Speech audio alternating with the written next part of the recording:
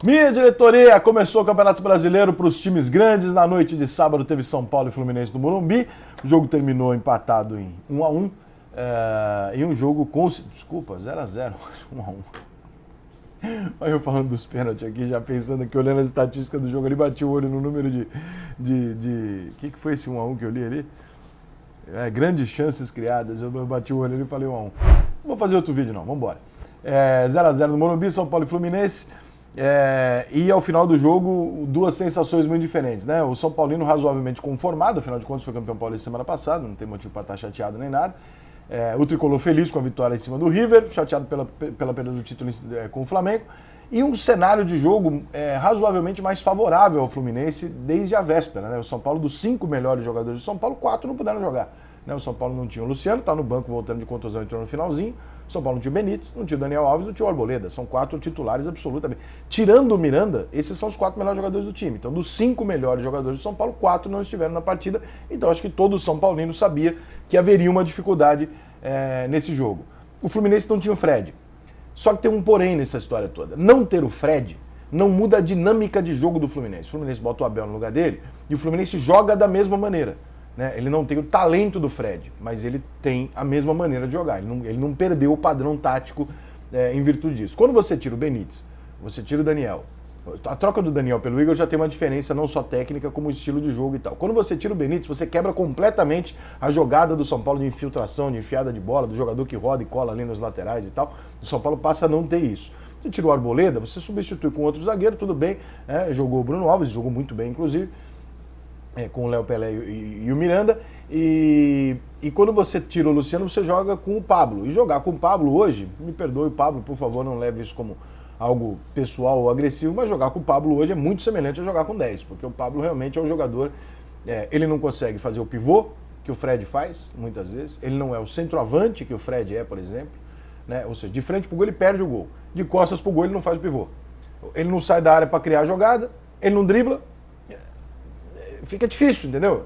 Eu acho que o Pablo joga mais do que isso, bem mais do que isso. Eu acho que o Pablo está numa fase daquela que ele está sem confiança, as coisas não acontecem, só que o torcedor de São Paulo vai reagindo a isso. Todo jogo você tem que ficar ali o jogo inteiro falando, pelo amor de Deus, tira o Pablo, não está dando. Então, o jogo do São Paulo ele é comprometido demais sem o Benítez, sem o Luciano, e sem o Daniel ofensivamente. Muito comprometido. Então, o São Paulo fica muito desfigurado. E aí você espera que o São Paulo tenha alguma reação que seja o quê? Correr, se esforçar e tal. O São Paulo correu, tentou, o jogo foi bem brigado, mas estreia de Brasileirão não parecia que nenhum dos dois times não estava nem aí, não, muito pelo contrário. O Fluminense fez um primeiro tempo melhor do que o São Paulo, com muito mais oportunidades de gol, muito mais perto do gol do que o São Paulo, dominou o primeiro tempo. No segundo tempo o São Paulo se ajeitou, voltou, teve um pênalti no primeiro tempo o Fluminense, que foi pênalti. O Nenê bateu, o Miranda brilhantemente atrapalhou o Nenê pra caralho ali, e o Thiago Volpe fez uma grande defesa. E dali o São Paulo deu uma crescida, tal. No segundo tempo o São Paulo volta melhor do que o Fluminense, mas também não consegue entrar na defesa do Fluminense. Então é uma coisa que fica ali.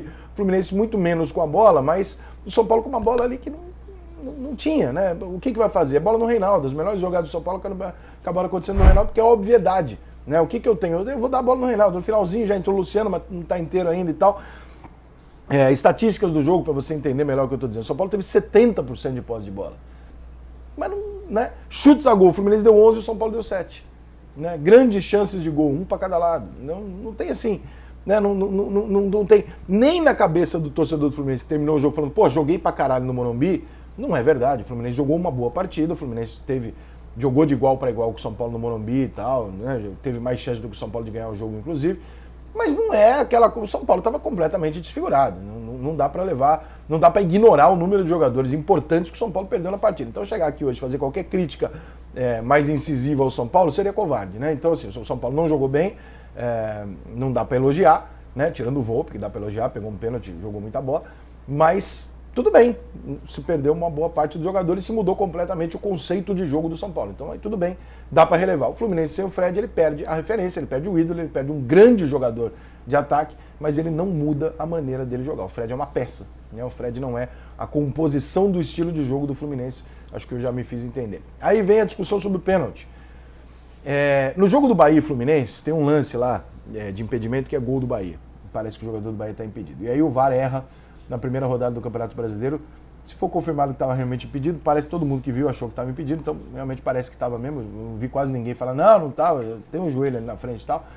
O VAR já erra a favor do Bahia ali, pode ser que não seja um lance decisivo, que já estava 2-0 e tal, mas erra, né? E o VAR está lá para não errar. No lance do São Paulo, no pênalti em cima do Rojas, há um empurrão? Mas o empurrão é decisivo, não é? É forte, não é? Isso é muito difícil de saber. Qual é o mínimo que eu espero? Que o VAR tenha o pingo de sensibilidade de falar o que eu tô aqui para fazer o quê? Se eu tenho um lance duvidoso, eu chamo o árbitro para rever. É essa a orientação pro VAR. O que o VAR não chamou o árbitro? Eu não sei se eu daria pênalti, tá? Eu achei que houve um empurrão, mas é um empurrão leve, eu não sei se eu daria pênalti. Mas porra, chama o árbitro para ver. Entendeu? Pelo menos para tirar dúvida, pelo menos para o árbitro interpretar e dizer o que ele acha. Agora não, o cara do VAR simplesmente falou, não, segue o jogo que não foi pênalti. Não, não é assim não, cara. O pênalti é bem discutível, né? Então, de novo, já começa o campeonato com o VAR alterando lances importantes de jogos importantes. São Paulo e Fluminense são times que vão brigar do meio para cima. Então, né, já começa com esse tipo de coisa, aí termina o jogo, em vez de você discutir o jogo, você discute a porra da arbitragem. Né? Ao invés de você discutir o pênalti defendido pelo Volpi, a atuação de alguns jogadores do Fluminense, você vai discutir a porra da arbitragem, vai discutir o VAR, vai discutir... Pô, é chato, entendeu? Enche o saco, isso, enfim. Tem uma estatística que eu gosto muito no jogo, que é a estatística de posicionamento médio dos jogadores. E a estatística de posicionamento médio na partida mostra um Fluminense que abriu mão de um Kaique, que eu acho um jogador incrível, para botar um Caio Paulista um pouco mais aberto do lado direito, o Gabriel Teixeira um pouco mais aberto do lado esquerdo, o Nenê mais centralizado e o Abel na função do Fred lá na frente. Uma troca razoavelmente, me parece que foi aprovado pelo Roger o teste que ele fez nos últimos jogos e, portanto, o Kaique saiu do time. Eu não tiraria o Kaique do time em hipótese alguma, tá? Pra pôr ninguém, porque eu acho que esse menino é um cara que pode decidir o jogo num lance. Mas, enfim, o São Paulo já manteve mais ou menos aquela mesma coisa. O Gabriel Sara um pouco mais na linha de meio, o Igor Gomes jogando um pouco mais adiantado do lado do Pablo. O que acontece com isso? O São Paulo não tem jogada aberta. Os jogadores abertos do São Paulo eram Reinaldo e Daniel Alves. Aquela dupla para fazer a jogada com eles, né, que seria talvez o Luciano por um lado, então, o São Paulo não tem, porque o Igor Gomes não é um jogador de beirada.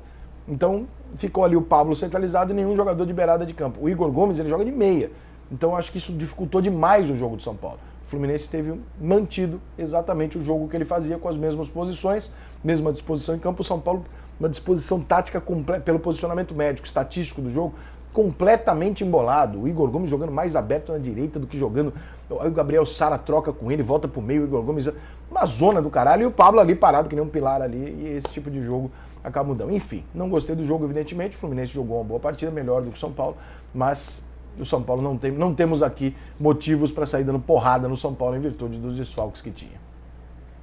Lá vem a bateria da mocidade independente. Não existe mais quente, não existe mais quente. É o festival do cor, é a alegria da cidade.